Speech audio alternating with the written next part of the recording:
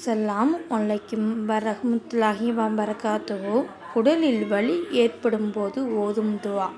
அதாவது உடலில் எங்கே வலிச்சாலும் இந்த துவாவை நபிகள் நாயகம் ஸல்லல்லாஹு அலைஹி வஸல்லம் அவர்கள் ஓதி காட்டியிருக்காங்க. அவங்க அந்த ஓதுனதுக்கப்புறமா அந்த வலியும் லேசாகிருக்குங்கிறத சொல்லி காட்டியிருக்காங்க. இது நூல் முஸ்லீமில் 202, நூல் திருமிதியில் இடம்பெற்றுள்ளது.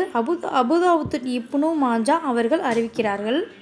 வலி எங்கே ஏற்படுதோ உங்கள் கைகளை இரு கைகள், அதாவது இடது கையை கீழே வைத்து வலது கையை மேலே வைத்து பிஸ்மில்லா பிஸ்மில்லா என்று 3 முறை கூறி அதுக்கப்புறம் 7 முறை அவுது பில்லாஹி வ குத்தரத்திஹி மின் ஷர்ரி ம அஜிது வ உகாதிரு.